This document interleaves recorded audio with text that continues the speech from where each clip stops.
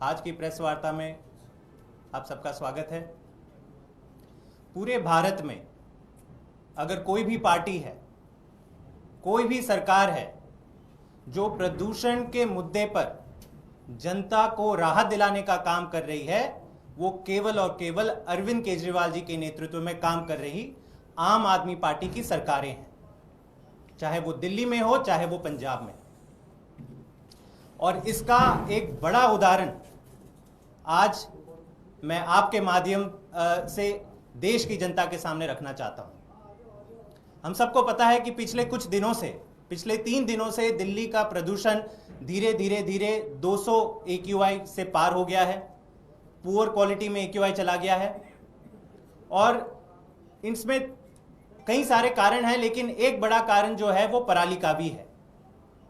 अब ये पराली हम सबको पता है कि पूरे नॉर्थ इंडियन रीजन में, जिसमें पंजाब में जो खेती होती है, हरियाणा में खेती होती है और उत्तर प्रदेश में होती है, वहां पे जो पराली के जलाने की इंसिडेंट्स होते हैं, उसके कारण उसका प्रदूषण दिल्ली में आता है।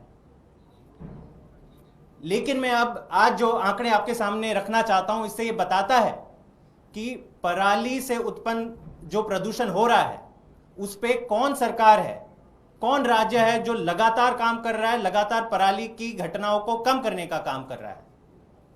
पिछले 2 हफ्ते अक्टूबर 1 से लेकर अक्टूबर 14 के अगर आंकड़े देखें, और ये जो आंकड़े मैं आपके सामने रख रहा हूं, ये केंद्र सरकार के आंकड़े हैं, इंडियन एग्रीकल्चरल रिसर्च इंस्टीट्यूट। ये कोई हमारे आंकड़े नहीं है, केंद्र सरकार के द्वारा जारी किए गए आधिकारिक आंकड़े हैं। उनकी एक एजेंसी है IARI।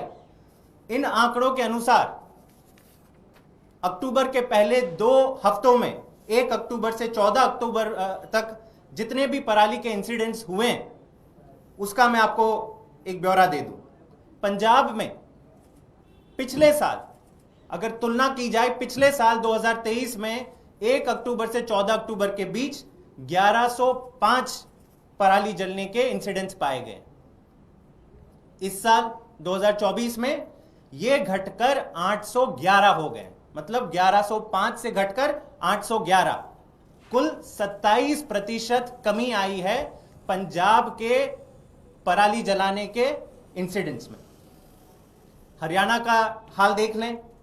पिछले साल अक्टूबर 1 से अक्टूबर 14 के बीच हरियाणा में 341 इंसिडेंट्स पाए गए थे पराली के, और इस साल इसी समय सीमा में 1 अक्टूबर से 14 अक्टूबर के बीच 417 हो गए, यानी 23% बढ़ गए हैं हरियाणा में पराली जलाने के जो इंसिडेंट्स हैं।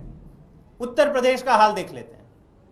उत्तर प्रदेश में पिछले साल 1 से 14 अक्टूबर के बीच 244 इंसिडेंट्स हुए थे पराली जलाने के, और इस साल कितने बढ़कर हो गए? 417, यानी कि कुल 70%, ये कोई कम मात्रा नहीं है, 70% पराली जलाने के जो इंसिडेंट्स हैं वो बढ़े हैं यूपी में, 23% बढ़े हैं हरियाणा में, और पंजाब में जो है वो 27% घटे हैं। और ये केवल 1 साल का रिकॉर्ड नहीं है। जब से आम आदमी पार्टी की सरकार पंजाब में आई है, पराली जलाने के जितने इंसिडेंट्स हैं, जितने ऐसे रिपोर्ट की जाती हैं, वो लगातार घटते जाते हैं।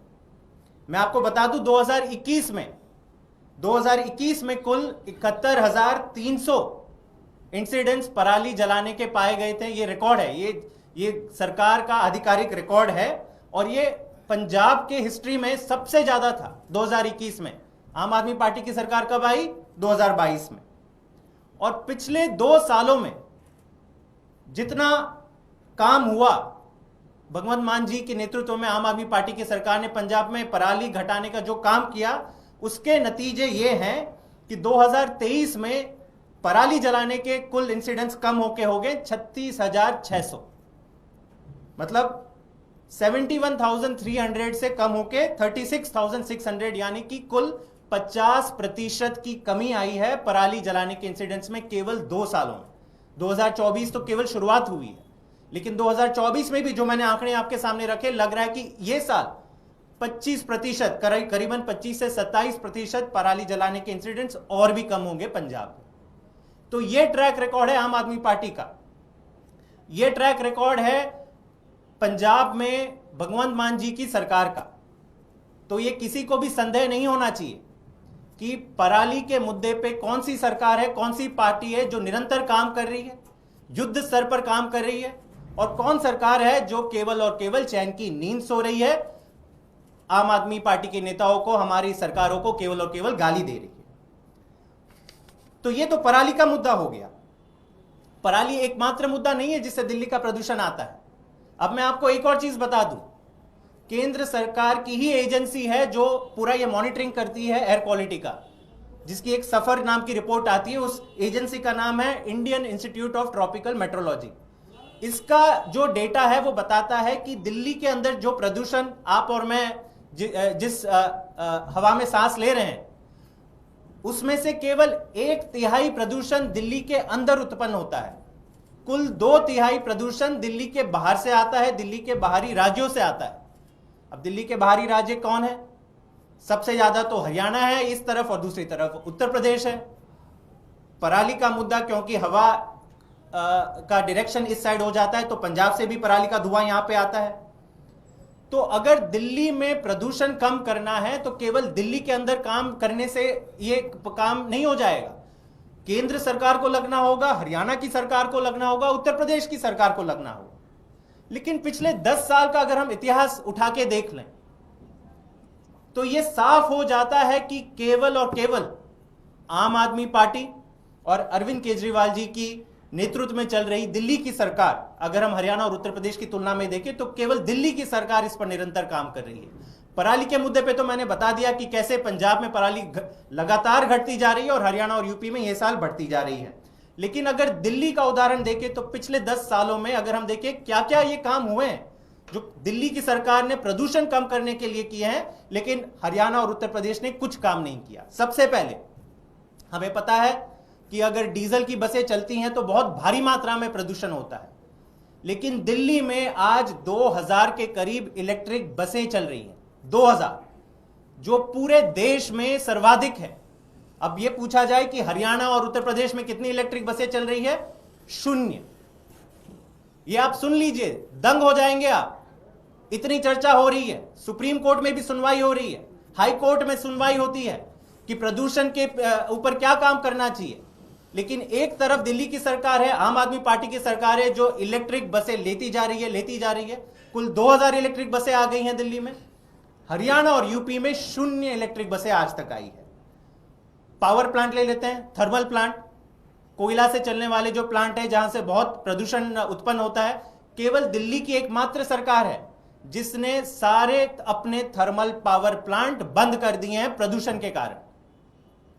हरियाणा और उत्तर प्रदेश का हाल देख लीजिए, ऐसा कोई उन्होंने कदम नहीं लिया आज तक।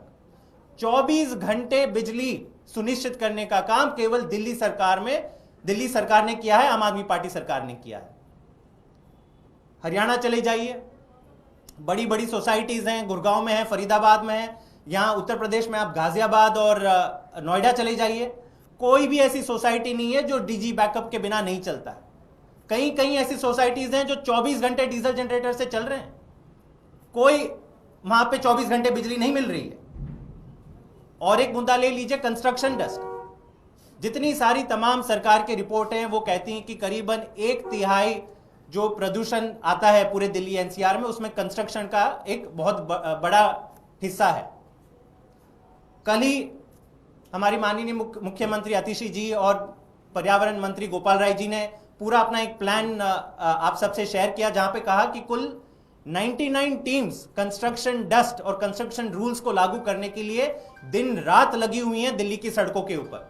तो यह पूछना वाजिब है कि हरियाणा में, उत्तर प्रदेश में कंस्ट्रक्शन डस्ट या कंस्ट्रक्शन रूल्स का पालन हो, यह सुनिश्चित करने के लिए कितनी टीमें जमीन पे लगी है? कोई डेटा नहीं है, कोई ऐसी सूचना नहीं है कि कुछ भी काम इस पे हो रहा हो। इतना ही नहीं, कुछ हफ्तों पहले दिल्ली के पर्यावरण मंत्री गोपाल राय जी ने दिल्ली के लिए 21 सूत्रों का विंटर एक्शन पोल्यूशन प्लान जारी किया है। यानी कि प्रदूषण का सीजन आने से पहले दिल्ली की सरकार ने पूरी तरह से अपनी कमर कस ली है।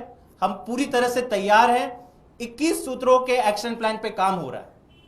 अब हरियाणा का हाल देख लीजिए, उत्तर प्रदेश का हाल देख लीजिए। उनका क्या कोई विंटर एक्शन प्लान आया है?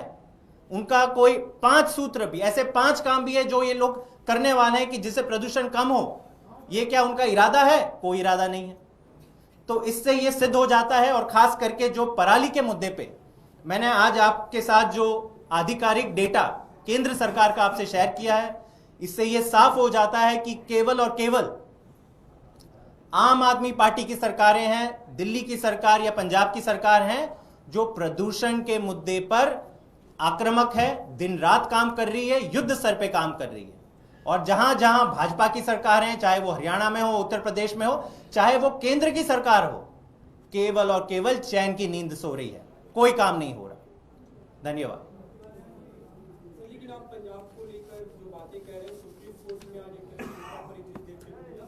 वहाँ पे पंजाब के जो चीफ सेक्रेटरी थे उनको फटकार भी लगाई कि जो कोर्ट की पिछली हियरिंग में जो बातें कही गई थी उनका पालन नहीं हुआ।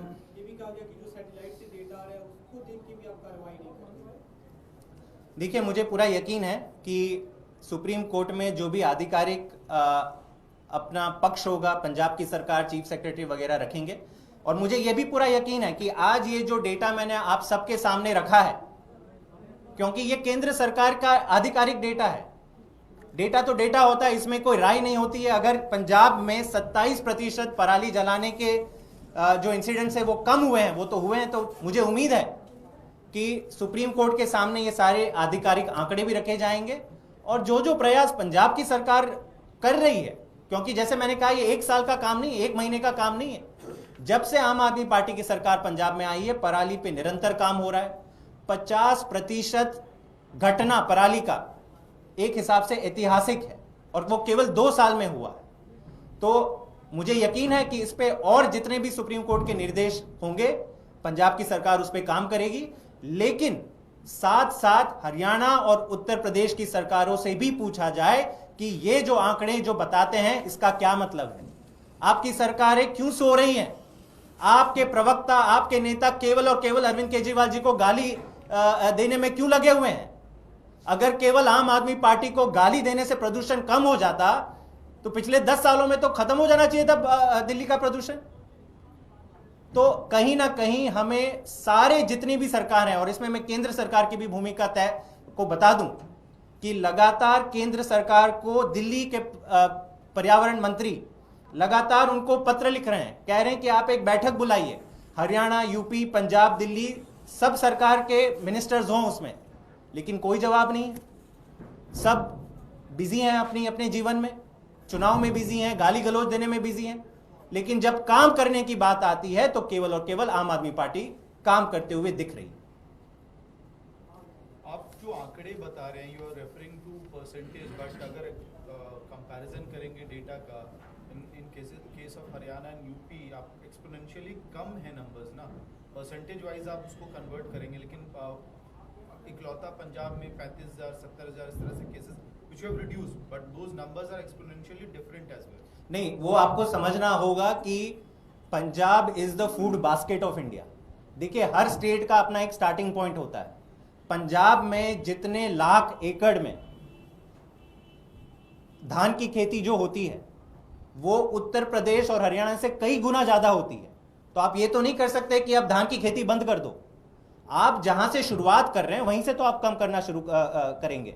तो उस लिहाज से ये डेटा, कंपैरेटिव डेटा देखना बहुत जरूरी है कि यहां पे कितनी खेती होती है, कितने पहले इंसिडेंट्स थे 2021 में जब आम आदमी पार्टी की सरकार आई थी, और फिर उसके बाद कितना काम हुआ।